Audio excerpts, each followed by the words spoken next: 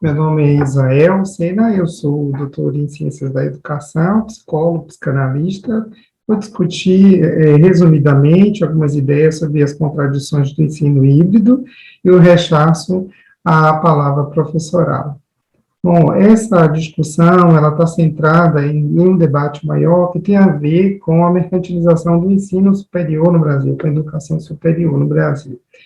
Essa ideia é depreendida da minha tese, em que eu discuto os impasses do ensino superior privado brasileiro e os efeitos deletérios produzidos dessa relação entre educação como negócio, né, e a produção de um certo laço perverso entre aluno e professor.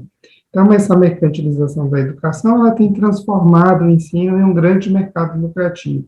Então, se examinarmos essa relação entre neoliberalismo e educação, nós vamos constatar que ela tem um marco balizado no governo socioliberal de Fernando Henrique Cardoso. Depois, essa ideia ela é potencializada durante os mandatos de centro-esquerdistas como Lula e, na sequência, Dilma. Depois passa a ser consolidado e ainda mais exacerbado nas gestões neoconservadoras do Michel Temer e do Jair Bolsonaro. Um elemento importante dessa discussão, né, seja das contradições que diz respeito à implementação do ensino híbrido, híbrido no sentido de que as atividades virtuais, elas são parcialmente virtuais e presenciais, elas são conciliadas nesse contexto, mas que elas vêm sendo adotadas estrategicamente, né, pelas instituições de ensino que têm um caráter quase mercantil, seguindo aí tentando cumprir um certo objetivo, que é atender a esse apetite de gozo que é voraz do mercado da indústria dos serviços educacionais.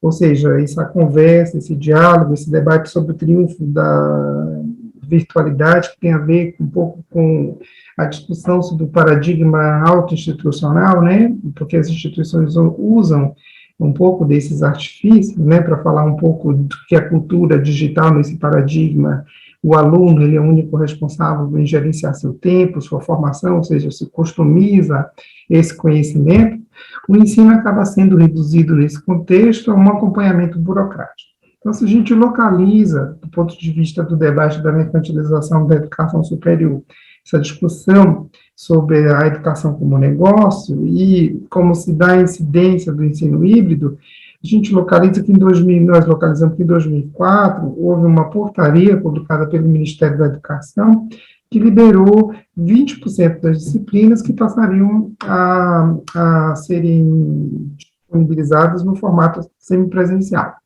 Decorrido mais de 14 anos, em 2019, houve uma segunda portaria que ampliou esse percentual para 40%.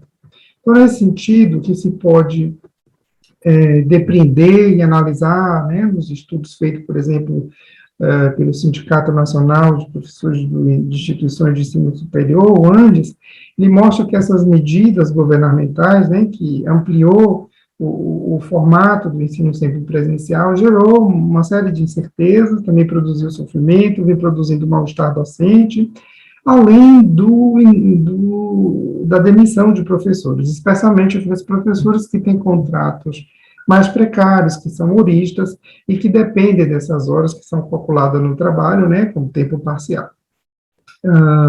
Seguindo ainda essa discussão, eu trago um breve relato de uma professora que eu nomeio de Patrícia, que é um nome fictício. Essa professora nos conta um pouco sua versão desse trabalho, né, no contexto do ensino híbrido, nesse contexto mercadológico, né.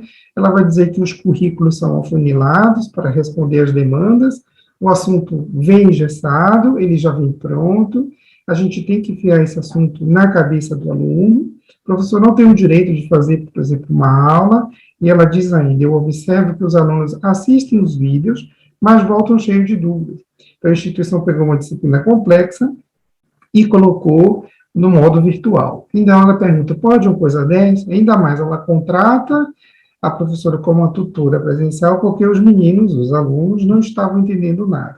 Então, você paga uma instituição presencial, mas 20% das disciplinas são online. Então, a disciplina, por exemplo, ela dá o exemplo da disciplina de metodologia científica, que é uma disciplina super interessante, super importante, que ela diz, eu observo que o aluno encara essa disciplina como passatempo.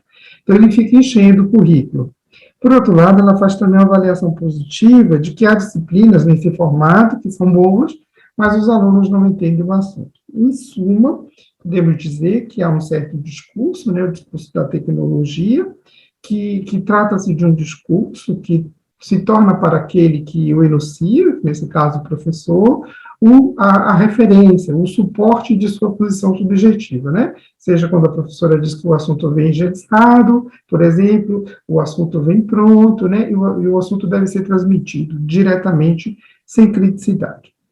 Então, se examinarmos como vem sendo feito o uso mediado pelas tecnologias, nós contrastamos nesse contexto mercadológico, é preciso aí circunscrever o debate, no debate mercadológico, né, que essas tecnologias, como elas são usadas, estrategicamente usadas, elas precarizam o trabalho docente, por quê?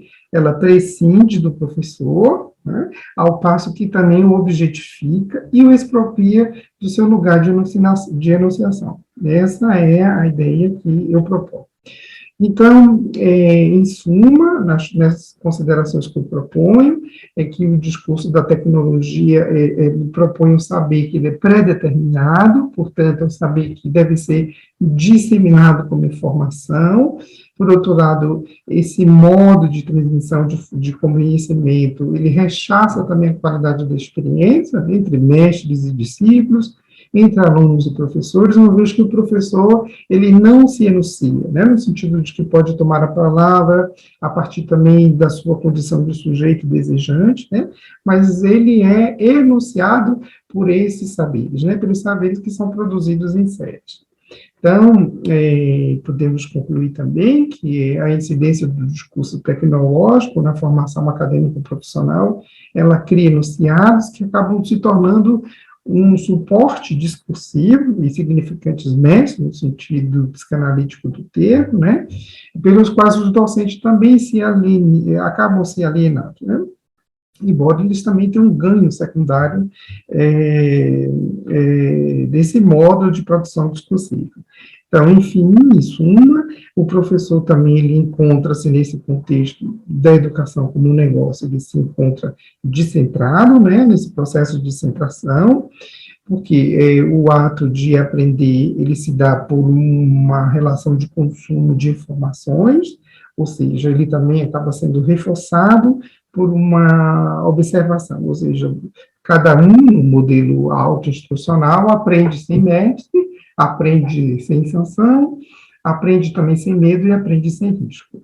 Essa é alguma das nossas referências, eu espero que vocês leiam um artigo onde eu vou debater com mais profundidade essa questão que, de modo direto e indiretamente, toca a todos nós que estamos interessados pela educação.